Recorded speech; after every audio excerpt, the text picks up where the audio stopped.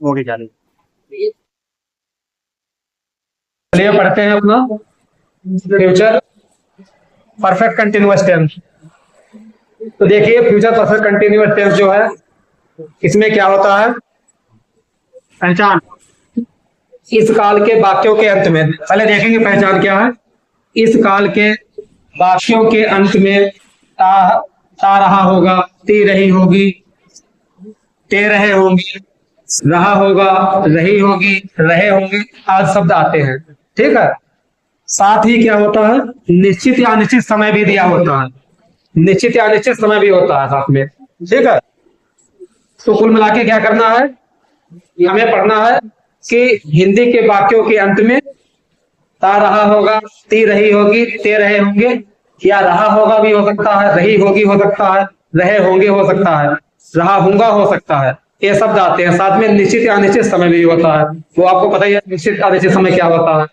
अब affirmative sentence देखेंगे, इसका स्ट्रक्चर क्या होता है। तो अफर्मेटिव सेंटेंस, इसका स्ट्रक्चर सबसे पहले सब्जेक्ट आएगा और फिर विल हैव बीन या फिर शैल हैव बीन। ये भी आपको ऑलरेडी पता है कि आई बी के साथ शैल हैव बीन लगाते हैं और सबके साथ विल हैव बीन लगाएंगे।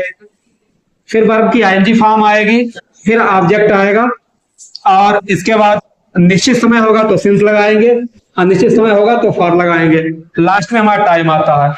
अब एग्जाम्पल से समझेंगे कि पहला वाक्य है, वह इस स्कूल में 4 वर्ष से पढ़ता रहेगा। अब देखो रहेगा आ गया अंत में, सियाता रहेगा आ गया, तो इससे पहचान हो गई कि हमारा वाक्य किसका है, प्रेजेंट परफेक्ट कंटिन्यूअस टेंस का वाक्य है। अब इसे बनाना है, तो इस जो स्ट्रक्चर लिखा है अफर्मेटिव का, इसे फॉलो करेंगे। तो पहला क्या है, वह इस स्कूल में 4 वर्ष से 4 वर्ष तक पढ़ता रहेगा। तो वह के he will have been, will have been reading in this school for 4 years। ठीक है, इस तरह बनेगा। तो आपने देखा कि सबसे पहले सब्जेक्ट हमारा आ गया, फिर विल हैव बीन आ गया, फिर आपकी आईएनजी फॉर्म आ गई, फिर आपका एडवर्ब आ गया इन द स्कूल, और फिर आपका फॉर आ गया, अनिश्चित समय है इसलिए, और लास्ट में टाइम आ गया ईयर। अब दूसरा वाक्य देखते हैं इसी तरह कि रीता सुबह से होमवर्क करती रहेगी। तो क्या बनेगा, रीता will have been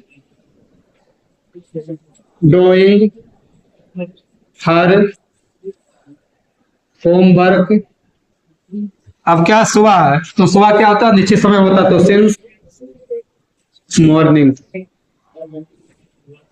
ठीक है, तो इस तरह से अफर्मेटिव हमारा बन गया, क्या बना, Rita will have been doing her homework since morning. ठीक है।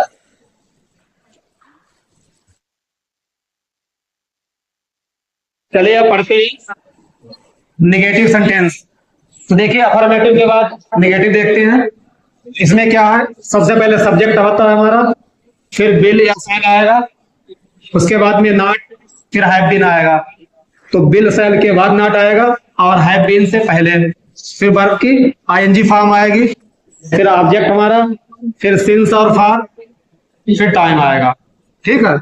अब देखते हैं एग्जाम्पल, जैसे मैं सुबह से पढ़ नहीं रहा होगा, तो इसे बनाते हैं, क्या हो जाएगा, he will not have been reading since morning. ठीक है। तो आपने देखा क्या बना, he will not have been reading since morning. तो क्या करना है, विल और शैल के बाद नॉट लगाना है और हैव बीन के पहले। दूसरा वाक्य देख लेते हैं, ये पहला हो गया, ये दूसरा हो गया। तो आज 10 मिनट से स्नान नहीं कर रहा होगा, तो क्या बनेगा, he will not have been watching for, अब देखिए अनिश्चित समय तो फॉर आ जाएगा, फॉर 10 मिनट्स। तो इस तरह से हमारे निगेटिव बनेंगे। अब इंट्रोगेटिव देख लेते हैं, इंट्रोगेटिव सेंटेंसेस। तो इंट्रोगेटिव आपको पता, दो तरह के होते हैं हिंदी में। एक वह वाक्य होते हैं जिनकी शुरुआत क्या से होती है, दूसरे वह होते हैं जब, कब, क्यों, कहाँ, कैसे क्वेश्चन वर्ड वाक्य के बीच में आता है। अगर वाक्य की शुरुआत हिंदी में क्या से होती है तो क्या के लिए वर्ड का प्रयोग नहीं करते हैं, बल्कि टेंस के अनुसार सबसे पहले क्या आएगी, हेल्पिंग वर्ब आती है। तो इस टेंस में क्या आएगा, विल या हैव, विल या शैल आएगा। ठीक है, या कब, क्यों, कहाँ, कैसे वाक्य के बीच में है तो क्या करेंगे, उस शब्द को पहले लिखेंगे। तो देखिए पहला वाक्य है, क्या वह सुबह से नाच रही होगी। स्टेट से देखिए क्या आएगा, पहले विल शैल या क्वेश्चन वर्ड, फिर सब्जेक्ट है हमारा, फिर हैव बीन, फिर वर्ब की आईएनजी फॉर्म, फिर ऑब्जेक्ट, फिर सिंस या फॉर, और लास्ट में टाइम आता है, और बिल्कुल लास्ट में क्वेश्चन मार्क आता है। क्वेश्चन मार्क कंपलसरी है लगाना। इसी तरह एग्जांपल देखेंगे, क्या वह सुबह से नाच रही होगी तो क्या बनेगा, अब क्या सबसे पहले आया है तो क्या लिखेंगे, सब्जेक्ट के अनुसार ही है तो बिल आएगा पहले, बिल ही। क्या वह सुबह से नाच रही होगी, सॉरी लेडी जैसी आएगा, will she have been dancing since morning, last में क्वेश्चन मार्क। अब वह वाक्य देखेंगे जिनके वाक्य के बीच में कोई क्वेश्चन वर्ड आता है, डब्ल्यू शब्द आता है। जैसे वह सुबह से कहाँ खेल रहा होगा, तो इसमें कहाँ आ गया, तो क्वेश्चन वर्ड वही पहले लिखेंगे, पहला हो गया, सेकेंड हो गया, तो कहाँ की अंग्रेजी लिख दी, वेयर।